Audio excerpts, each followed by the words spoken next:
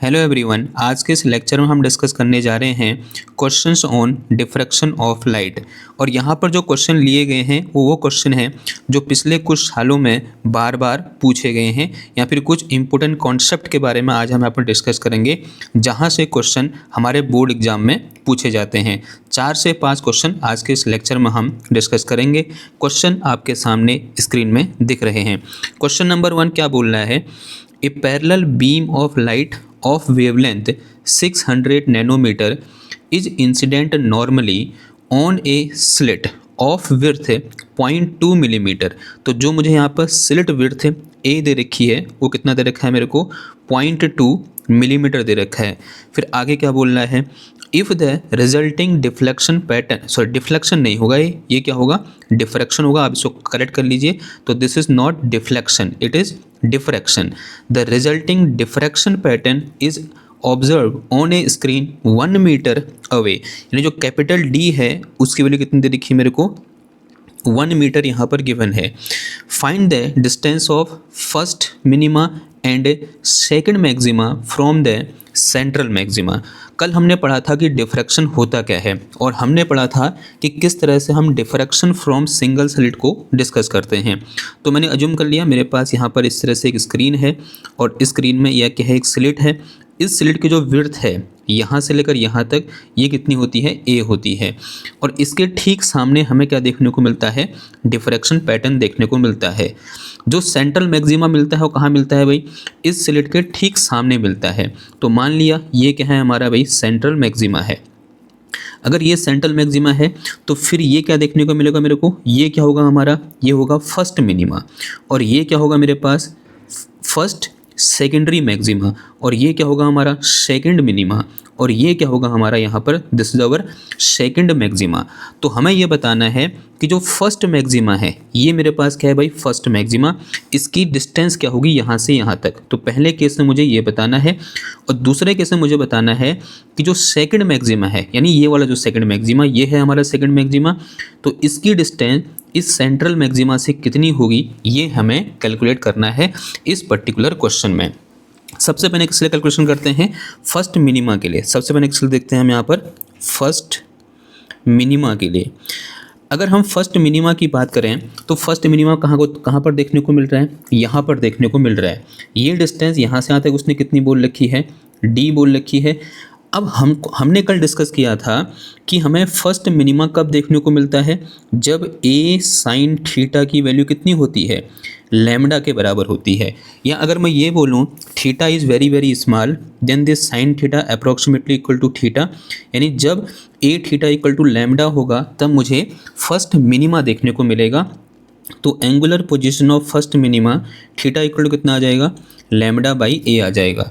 तो जो यहाँ पर थीटा है वो क्या लिखा है भाई? Angular position of first minima लिखा हुआ है।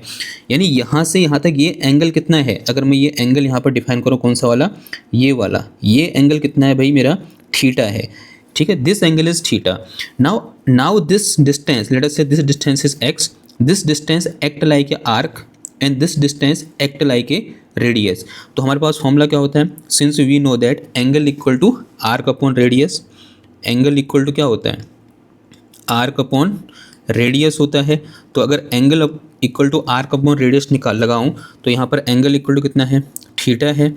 आर्क इक्वल टू कितना है मेरा? एक्स है। रेडियस इक्वल टू मेरे पास कितना है? डी है। तो यहाँ से मेरे पास लीनियर पोजीशन या simple position of this first minima x equal to कितना आ जाएगा? थीटा इंटू डी आ जाएगा, या डी इंटू थीटा आ जाएगा। ठीक है, तो ये क्या निकल के आया? मेरा एक्स निकल के आ गया। अब डी दे रखा है, थीटा दे रखा है, वैल्यू पुट कर दो यहाँ से। यहाँ लिखूँ मैं तो यहाँ से मेरे पास क्या हो जाएगा? देखो एक्स इक्वल टू आया कितना? डी। डी कितना दे रखा है? अभी हमने लिखा 1 मीटर है डी मेरा, और इंटू थीटा कितना है भाई? लैम्डा बाई ए है। थीटा इक्वल टू कितना है? लैम्डा बाई ए है। तो यहाँ से एक्स इक्वल टू लैम्डा की वैल्यू कितनी है? लैम्डा ये गिवन है, देखो यहाँ पर कितना है? 600 नैनोमीटर, यानी 10 की पावर -9 मीटर। और अपॉन में कितना आ गया? ए कितना है मेरे पास? 0.2 मिलीमीटर है, यहाँ पर लिखा हुआ है 0.2 मिलीमीटर। मिलीमीटर का मतलब 10 की पावर माइनस कितना हो जाएगा? ये 3 हो जाएगा। थोड़ा सॉल्व करेंगे तो कितना आ जाएगा? ये 600 डिवाइडेड बाई 0.2 और इंटू कितना आ गया 10⁻⁻9 + 3 तो कितना आ जाएगा -6 हो जाएगा ऊपर। ये कटा तो कितना होगा 6000 हो गया, ये इससे पूरा कट जाएगा तो कितना आ जाएगा यहाँ पर 3000 आ जाएगा। तो this will be equal to 3000 into 10⁻⁻6 या इसी को मैं क्या लिख सकता हूँ भाई 3 × 10⁻³ लिख सकता हूँ इतना मीटर। तो x इक्वल टू कितना आ गया 3 × 10⁻³ मीटर आ गया और 10⁻³ equal to 1 metre, sorry 1 millimetre, तो 3 मिलीमीटर। तो यही क्या हो जाएगा हमारा आंसर हो जाएगा। तो अवर आंसर इज 3 मिलीमीटर, यानी यहाँ से 3 मिलीमीटर पर हमें क्या देखने को मिलेगा फर्स्ट मिनिमा देखने को मिलेगा। अब नेक्स्ट हमको क्या पूछ रहा है वो पोजीशन ऑफ, यहाँ बोलते हैं distance of second maxima from this centre, यहाँ बोल सकते हैं फ्रॉम दिस सेंट्रल मैक्सिमा, यानी ये डिस्टेंस कितनी होगी। Late us say this distance is y, यहाँ से यहाँ तक डिस्टेंस कितनी बोल दी मैंने इसको y बोल दिया। अब इस y की वैल्यू क्या होगी ये हमें निकालना है। तो उसके लिए हमें क्या पता होना चाहिए भाई, सिंपल सा angular position of secondary maxima, यानी इसकी एंगुलर पोजीशन क्या होगी ये पता होना चाहिए। अगर एक बार एंगुलर पोजीशन निकल गई तो आसानी से क्या निकल के आ जाएगा, उसकी लीनियर पोजीशन भी निकल के आ जाएगी। तो कल ही हमने डिस्कस किया था कि अगर मेरे पास nth ब्राइट फ्रिंज हो तो nth ब्राइट फ्रिंज की जो एंगुलर पोजीशन होती है वो क्या होती है, वो होती है 2n+1 इंटू कितना आता है λ/a या λ/2a, क्या होता है λ/2a होता है। थोड़ा सा करेक्ट करेंगे इसको, λ/ कितना होता है 2a होता है, ठीक है। ये फॉर्मूला हमने कल डिस्कस किया था। और यहाँ पे n इक्वल टू क्या होता है 1 2 3 and so on. n equal to 1 के corresponding first maxima, n equal to 2 के करस्पॉन्डिंग सेकंड मैक्सिमा। तो n इक्वल टू 2 पुट करोगे तो θ2 इक्वल टू कितना आ जाएगा 2 दूना 4 और 1 5, तो कितना आ गया ये 5 λ/2a आ गया। तो ये मेरे पास क्या निकला भाई θ2 निकला, यानी इसकी जो एंगुलर पोजीशन है यहाँ से लेकर यहाँ तक, ये क्या है इसकी एंगुलर पोजीशन। तो दिस इज अवर θ2। θ2 की वैल्यू कितनी दे रखी है हमको, ये दे रखी है 5 λ/2a। मुझे क्या चाहिए y चाहिए। Now this y act like a arc and this d act like a radius. आप करोगे भाई ये तो सर्कल तो है नहीं, ऐसा फॉर्मूला क्यों लगा रहे हो, because this y is very very small so it act like a part of circle और we can say circumference of a circle, because this y is very very small.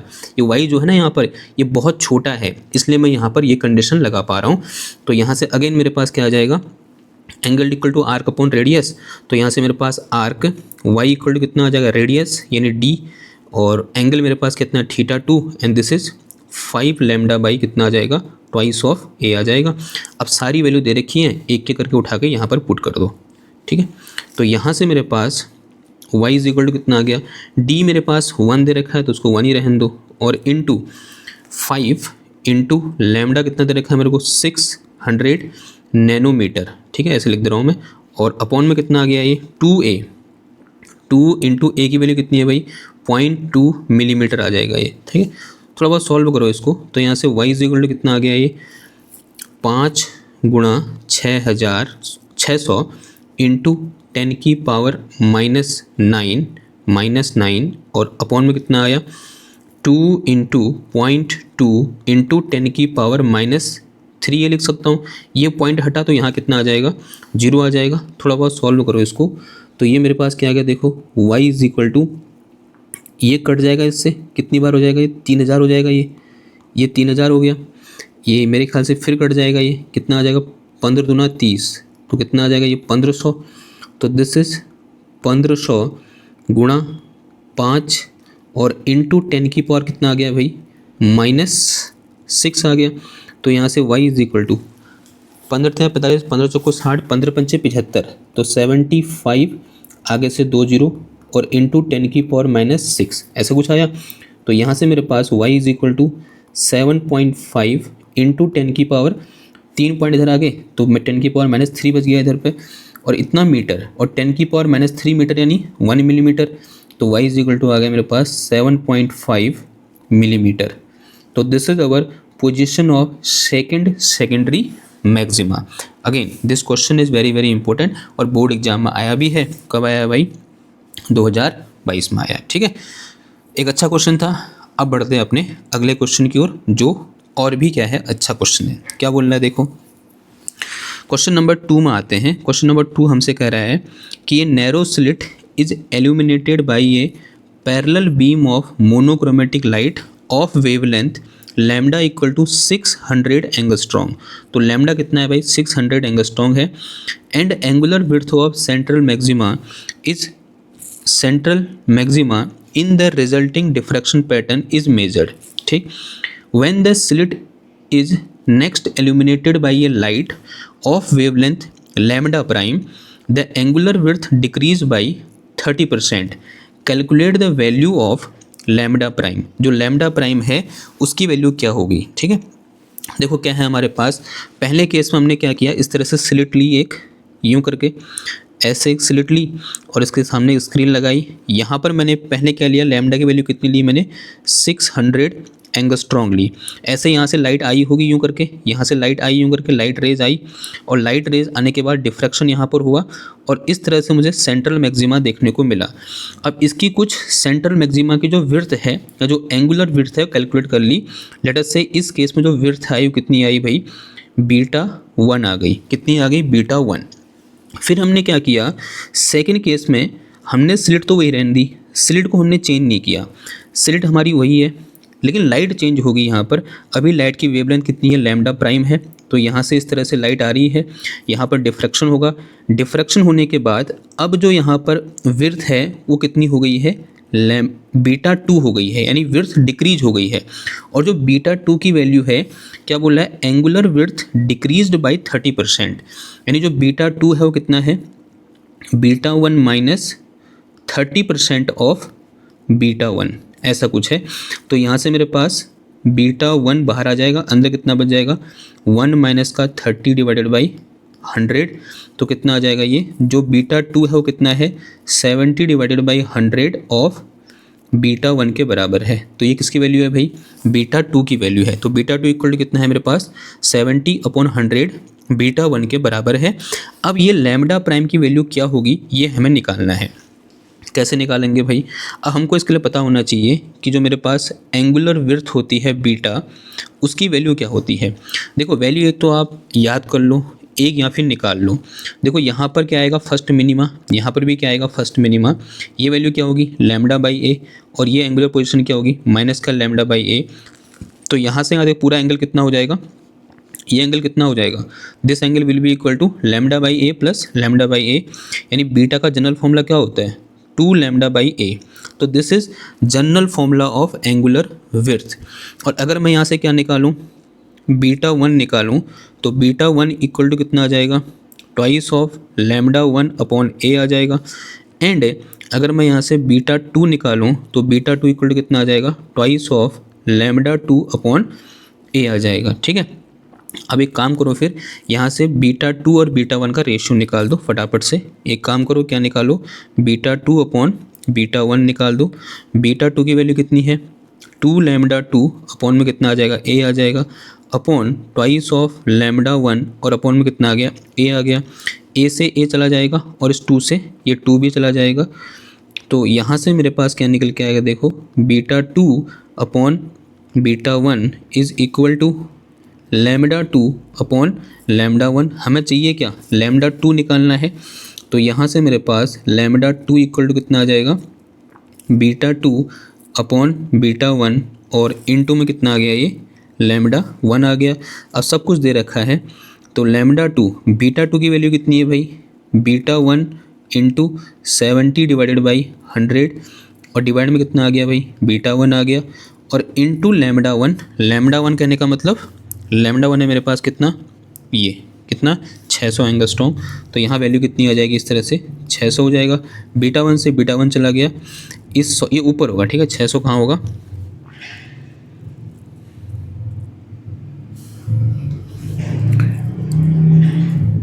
ये जो मेरे पास 600 है ये कहाँ होगा, इधर होगा मल्टीप्लाई में। ठीक, लैम्डा 1 किसके साथ मल्टीप्लाई में है, β2 के साथ। तो इस 100 से ये 100 कैंसिल हो जाएगा।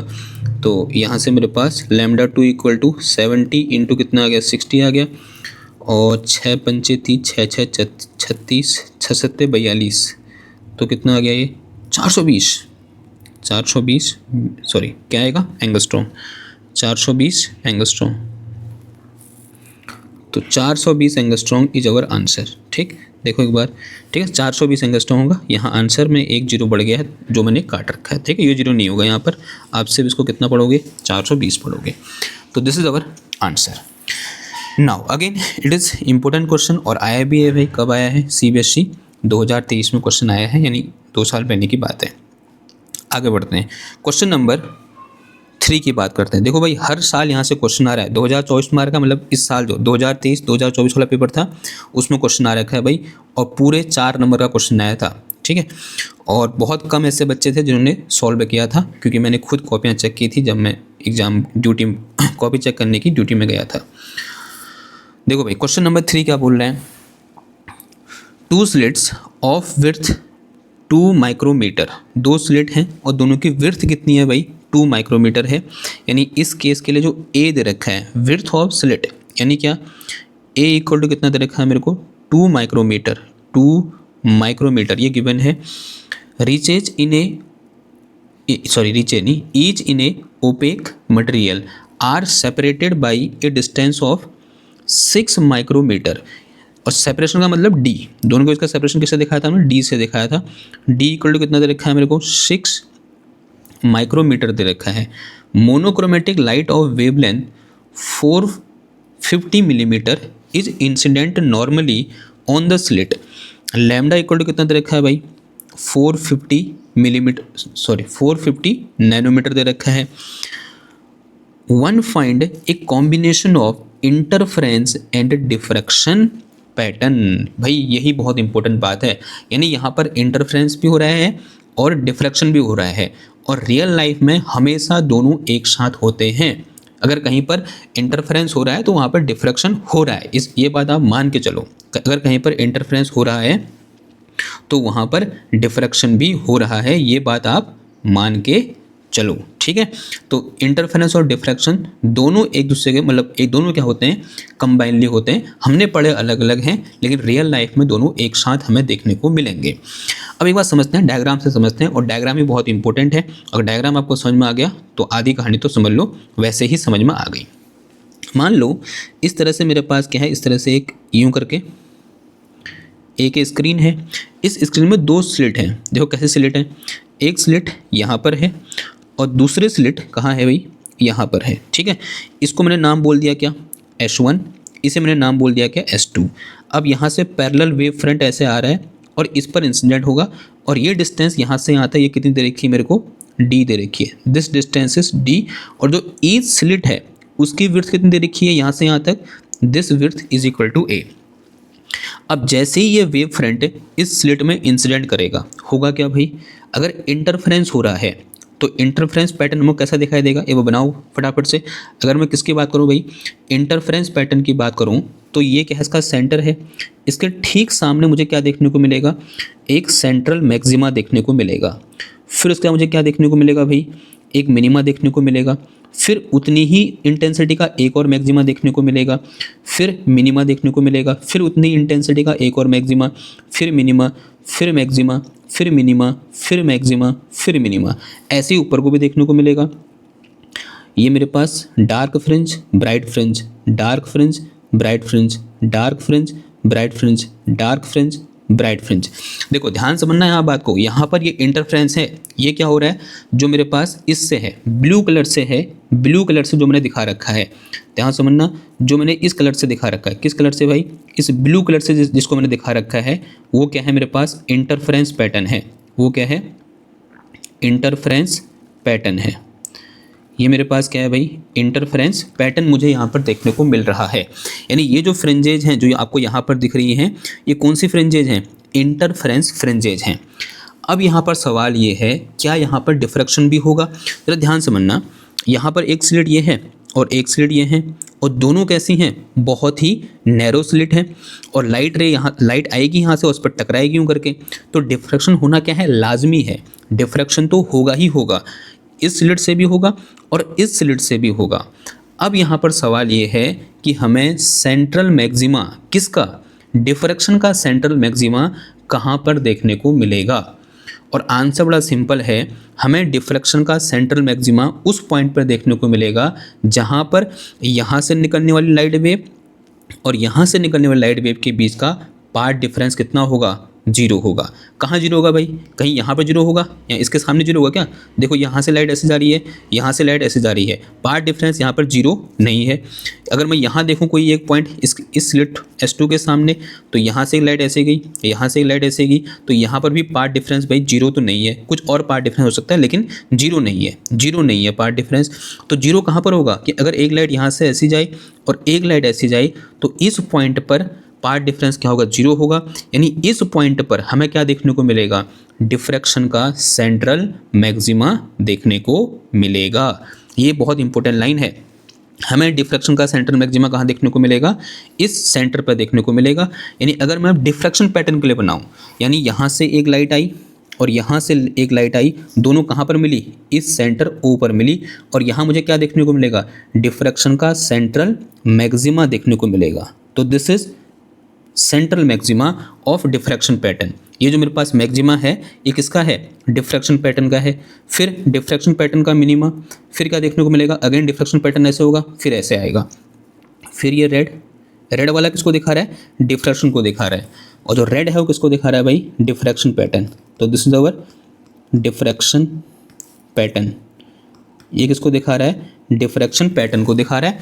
और जो ये वाला है, कौन सा कलर है, आसमानी कलर जो है, या जो भी कहते हो आप इसको, नीला कलर जो है, वो किसको दिखा रहा है, इंटरफेरेंस पैटर्न को दिखा रहा है। अब रियल लाइफ में दोनों एक साथ हो रहे हैं, तो आपको जैसा यहाँ पर दिख रहा है इस डायग्राम में, ऐसा नहीं दिखने वाला। रियल लाइफ में आपको ऐसा नहीं दिखेगा, ये तो मैंने अलग अलग आपको बता रखा है। अगर मैं इन दोनों डायग्राम को सुपरपोज करूँगा, यानी अगर मैं दोनों को एक साथ बनाने की कोशिश करूँ, तो मुझे कैसा डायग्राम मिलेगा, तो मुझे कुछ इस टाइप का डायग्राम देखने को मिलेगा। इन दोनों का कॉम्बिनेशन कैसा देखने को मिलेगा, मुझे कुछ इस टाइप से देखने को मिलेगा। तो ये मेरे पास क्या है भाई, स्क्रीन है। ये मेरे पास सबसे पहले क्या होगा, यहाँ पर इसका ठीक सेंटर है, तो सेंटर में क्या होगा, डिफ्रैक्शन का सेंट्रल मैक्सिमा। ये मैक्सिमा किसका है, सेंट्रल मैक्सिमा, डिफ्रैक्शन का सेंट्रल मैक्सिमा है। किसका सेंट्रल मैक्सिमा है, डिफ्रैक्शन का सेंट्रल मैक्सिमा है। ठीक है, तो दिस इज सेंट्रल मैक्सिमा और डिफ्रैक्शन। फिर फर्स्ट मिनिमा, फिर फर्स्ट सेकेंडरी मैक्सिमा। ये किसके लिए है, डिफ्रैक्शन के लिए दिख रहा है। ठीक है, ये जो पैटर्न है किसका पैटर्न है, डिफ्रैक्शन का पैटर्न है। अब इसी के अंदर किसका पैटर्न आएगा, इंटरफेरेंस का पैटर्न आएगा। तो ये मेरे पास ये जो फ्रिंजेस दिख रही हैं आपको, अब जो दिख रही हैं, ये किसकी फ्रिंजेज है भाई, इंटरफेरेंस की फ्रिंजेज हैं। तो ये जो फ्रिंजेज हैं, ये वाली ब्लू वाली, वो किसकी फ्रिंजेज हैं, इंटरफेरेंस की फ्रिंजेज हैं। अब ये जो डायग्राम है, ये रियल लाइफ का डायग्राम है। रियल लाइफ में हमको जब इंटरफेरेंस और डिफ्रैक्शन एक साथ देखने को मिलते हैं, तो कुछ इस टाइप का डायग्राम हमारे सामने, या फिर कुछ इस टाइप का हमको फिनोमेना देखने को मिलेगा। अब यहाँ से क्वेश्चन कैसा पूछता है, ये समझना बात को। क्या बोल रहा है, देखो क्वेश्चन नंबर 1 है। यहाँ पर 3 क्वेश्चन आए थे। जैसे क्वेश्चन नंबर 1 यहाँ पर लिखा हुआ है, the number of peaks of interference fringes formed with in the centre peak of envelope of diffraction pattern will be. ये क्वेश्चन है भाई, यानी इस डिफ्रैक्शन पीक के अंदर कितने ये पीक देखने को मिलेंगे, किसके, इंटरफेरेंस पैटर्न के। यानी इस सेंट्रल मैक्सिमा के अंदर इंटरफेरेंस के कितने पीक देखने को मिलेंगे। जैसे डायग्राम में 3 पीक हैं, 1 2 3 पीक देखने को मिल रहे हैं। ये तो एक रफ डायग्राम है। रियल लाइफ में कितने देखने को मिलेंगे, जब उसकी विड्थ इतनी है और डिस्टेंस बिटवीन द स्लिट ये है, और जो वेवलेंथ है लाइट की वो ये है, तब उस समय हमें कितनी ये पीक देखने को मिलेंगे इस सेंट्रल मैक्सिमा के अंदर। और इस टाइप का क्वेश्चन बार बार आपसे पूछा जाता है। 2024 में तो पूछा ही गया है, एक बार 2021 में भी आया था, सॉरी एक क्वेश्चन 2021 में आया था, उससे पहले भी 2018 में भी एक क्वेश्चन में देख रहा था। तो इस टाइप के क्वेश्चन बार बार रिपीट हो रहे हैं कि भाई इसके बीच में कितने नंबर ऑफ पीक्स हमें देखने को मिलेंगे। अब कैसे निकालेंगे भाई इस टाइप के क्वेश्चन का आंसर, ज़रा समझेंगे बात को। अगेन कॉन्सेप्ट है, कॉन्सेप्ट क्या है इस डायग्राम को, ये जो इतना पोर्शन है इसको दोबारा बना रहा हूँ मैं यहाँ पर, समझना ज़रा। ये मेरे पास क्या है, इस तरह से एक सेंट्रल पीक है, ये मेरे पास क्या है, सेंट्रल मैक्सिमा है। ठीक, सेंट्रल मैक्सिमा का ये पॉइंट क्या होता है भाई, लैम्डा बाई ए होता है। ये पॉइंट क्या होता है, माइनस का लैम्डा बाई ए होता है। अगर मैं यहाँ से लेकर यहाँ तक लीनियर विड्थ निकालूँ, कौन सी width, linear width of this central maxima, और किसका सेंट्रल मैक्सिमा है ये, डिफ्रैक्शन का। अगर मैं इसकी क्या निकालूं, लीनियर विड्थ निकालूं, लेट अस से इसकी लीनियर विड्थ क्या है मेरे पास, बीटा है। तो बीटा का फॉर्मूला क्या होता है, याद है आपको, कल डिस्कस किया था हमने। बीटा इक्वल टू होता है हमारे पास कितना, twice of D lambda upon A होता है। क्या होता है, twice of D lambda upon A. कैसे निकला, देखो आप निकाल भी सकते हो वैसे अगर निकालना चाहो तो। ये यहाँ पर ये मेरे पास कितना है, देखो लैम्डा बाई ए है, और ये कितना है यहाँ से यहाँ तक माइनस का लैम्डा बाई ए है। तो इसकी ये मेरे पास इसकी एंगुलर विड्थ ये कितना हो जाएगा, ये हो जाएगा मेरे पास कितना, ट्वाइस ऑफ लैम्डा बाई ए। और मुझे ये चाहिए, तो अगर मैं ये बोलूँ ये कितना है, एक्स है, और ये यहाँ से यहाँ तक कितना है, डी दे रखा है। तो अगर सॉरी ये कितना दे रखा है, डी। तो अगेन एंगल इक्वल टू क्या होता है, आर्क अपॉन रेडियस, जो अभी तक हम पढ़ रहे थे, यानी 2 lambda by a equal to कितना आ जाएगा, आर्क यानी एक्स अपॉन रेडियस यानी कितना आ जाएगा, डी आ जाएगा। तो यहाँ से मेरे पास linear width X equal to कितना आ गया मेरे पास, क्रॉस मल्टीप्लाई करेंगे तो 2d लैम्डा बाई ए आ गया। तो linear width of central maxima कितना होता है, ये होता है मेरे पास कितना, 2d लैम्डा बाई ए।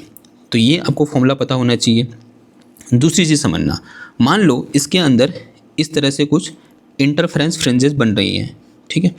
तो इस तरह से मान लिया इसके अंदर यूं करके क्या हुई, इंटरफेरेंस फ्रिंजेस बनी, ठीक है, ऐसे कुछ। और जो हर इंटरफेरेंस फ्रिंज जो होती है उसकी जो थिकनेस होती है या उसकी जो चौड़ाई होती है वो क्या होती है, बराबर होती है। और कितनी होती है, अगर मैं यहाँ से यहाँ तक ये विड्थ निकालूँ, विड्थ ऑफ इंटरफेरेंस फ्रिंजेस, यहाँ लिखूँ, अगर मैं क्या निकालूँ, विड्थ ऑफ इंटरफेरेंस फ्रिंजेस क्या होता है भाई फॉर्मूला, इसको बीटा नॉट बोलूँ थोड़ा सा अलग करने के लिए। बीटा नॉट इक्वल टू होता है मेरे पास फॉर्मूला क्या, डी लैम्डा बाई डी। ये कल ही हमने डिस्कस किया था, मतलब जब हमने इंटरफेरेंस पढ़ा था यंग्स डबल स्लिट में, कि विड्थ ऑफ इंटरफेरेंस फ्रिंजेस कितनी होती है, डी लैम्डा बाई डी के बराबर होती है। ओके, अब अगर मैं ये बोलूँ इसके यहाँ से लेकर यहाँ तक n नंबर ऑफ फ्रिंजेस बन रही हैं, यानी n पीक मुझे देखने को मिल रहे हैं। अगर मैं ये बोलूँ if there are n peaks in between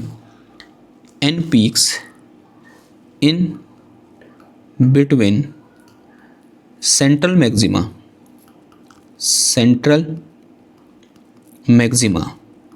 then मैं क्या लिख सकता हूँ बताओ, then width of central maxima must be equal to n time of width of one interference fringes, n time of width of one interference fringe, ठीक है, FRING fringe, ठीक। तो अब लगा दो ये फॉर्मूला। इसका फॉर्मूला क्या पढ़ा है हमने, इसका फॉर्मूला होता है हमारे पास क्या, 2d lambda by a and this is equal to n into, और ये मेरे पास कितना दे रखा है यहाँ, ये होता है d lambda by small d। देखो d लैम्डा से d लैम्डा कैंसिल हो जाएगा, तो यहाँ से मेरे पास स्मॉल n का फॉर्मूला क्या आ गया, this is twice of d upon A. क्या निकल के आया भाई, twice of d upon A निकल के आया। तो this is formula for number of interference fringes in between the central bright fringe या सेंट्रल मैक्सिमा। तो सेंट्रल मैक्सिमा के अंदर कितने नंबर ऑफ ब्राइट फ्रिंजेस होंगे, 2 इंटू डी अपॉन ए। अब यहाँ मेरे को क्या दे रखा है, देखो डी भी दे रखा है, ए भी दे रखा है, तो क्या निकल के आ जाएगा, नंबर ऑफ फ्रिंजेस निकल के आ जाएगा। तो इन अवर क्वेश्चन जो मेरे पास डी है वो कितना है, 6 माइक्रोमीटर, और जो ए है वो कितना है भाई मेरे पास, आई थिंक 2 माइक्रोमीटर है, 3 माइक्रोमीटर है, 2 माइक्रोमीटर है। ए इक्वल टू कितना दे रखा है मेरे को, 2 माइक्रोमीटर दे रखा है, 2 माइक्रोमीटर।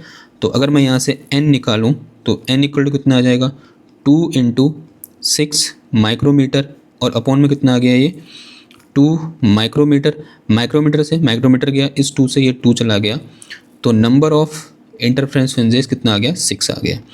यानी इस केस में इसके अंदर कितने फ्रिंजेस देखने को मिलेंगे मेरे को, यहाँ से लेकर यहाँ तक 6, यहाँ पर 6 नहीं बनी है, लेकिन अगर आप यहाँ बनाना चाहो तो 6 बनेंगे। वहाँ पर कितनी फ्रिंजेस मिलेंगे मेरे को, 6 फ्रिंजेस देखने को मिलेंगी। अगर मेरे पास ये सेंट्रल ब्राइट फ्रिंज है तो इसके अंदर मेरे को 1 2 3 4 5 6, तो इस तरह से 6 फ्रिंजेस यहाँ पर देखने को मिलेंगी। तो कितनी फ्रिंजेस देखने को मिल रही है भाई, 6 फ्रिंजेस देखने को मिल रही है। ठीक है, थोड़ा सा और अच्छा बनेगा ये डायग्राम।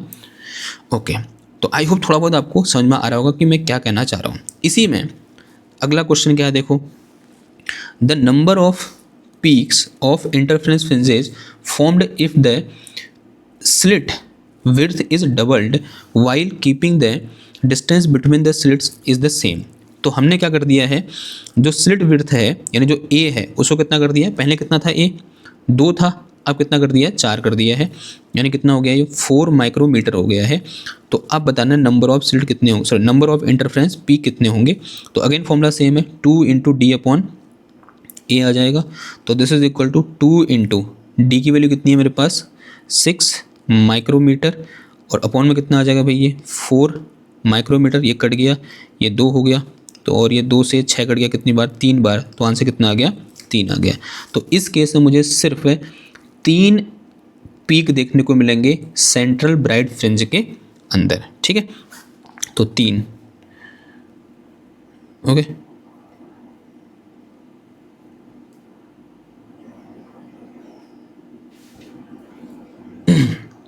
यहाँ ये मैंने 10 लिखा है, ये 10 गलत आंसर होगा। ठीक है, कितना है 6 है ये सही आंसर, वो 10 किसी और क्वेश्चन का हो गया होगा।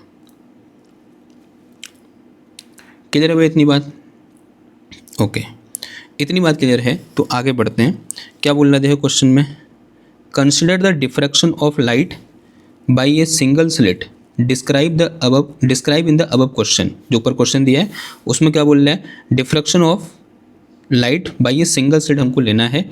The first minimum fall at a angle, यानी angular position of first minima निकालना है। थर्ड क्वेश्चन है मेरे पास, angular position of first minima. तो क्या होता है भाई, θ1 का फॉर्मूला कल ही हमने पढ़ रखा है कि क्या पढ़ा हमने कल, कि ए साइन थीटा इक्वल टू क्या होता है, लैम्डा होता है फर्स्ट मिनिमा के लिए। तो यहाँ से मेरे पास साइन थीटा इक्वल टू कितना आ जाएगा, लैम्डा बाई ए आ जाएगा। तो थीटा इक्वल टू कितना आ जाएगा, sine inverse lambda by a आ गया। तो theta equal to sine inverse lambda की वैल्यू, लैम्डा कितना था इस केस में हमारे पास, ऊपर आओ, लैम्डा था हमारे पास कितना 450, लैम्डा था मेरे पास कितना 450, और ए दे रखा कितना, इतना नैनोमीटर, ए दे रखा मेरे को कितना 2 प्राइम फर्स्ट क्वेश्चन में। ठीक है, जो ऊपर लिखा हुआ है 2 माइक्रोमीटर। ठीक है, ये कट जाएगा, कितना आ जाएगा ये 2 दूना 4, 2 दूना 4, 5 दूना 10। तो यहाँ से थीटा इक्वल टू कितना आ गया, साइन इनवर्स 225 इंटू 10 की पावर -3 बचेगा। ये ऊपर 10 की पावर -9 है, नीचे 10 की पावर -6 है, तो कितना बचा 10 की पावर -3 बच गया। तो थीटा इक्वल टू आ गया मेरे पास कितना, sine inverse 0.225। This is our answer. तो ये क्या निकल गया भाई, हमारा थीटा निकल के आ गया। तो ये क्या है, हमारा आंसर है। ठीक, तो इस टाइप के क्वेश्चन भाई बार बार यहाँ से पूछे जा रहे हैं। आई होप आपको समझ में आ रहा होगा कि भाई डिफ्रैक्शन से किस टाइप के क्वेश्चन पूछे जाते हैं, और ये आपको एक आइडिया हो गया होगा कि मुझे क्या पढ़ना है, मैं क्वेश्चन को कर पा रहा हूँ या फिर नहीं कर पा रहा हूँ। ठीक, तो ये क्या था भाई आज का हमारा लेक्चर था। आई होप आपको समझ में आया होगा। अगर समझ में आया है तो उसको लाइक करो, शेयर करो, सब्सक्राइब करो। मैं मिलता हूँ आपसे नेक्स्ट क्लास में एक और नए टॉपिक के साथ। तो पहले थैंक यू, धन्यवाद, बाय बाय।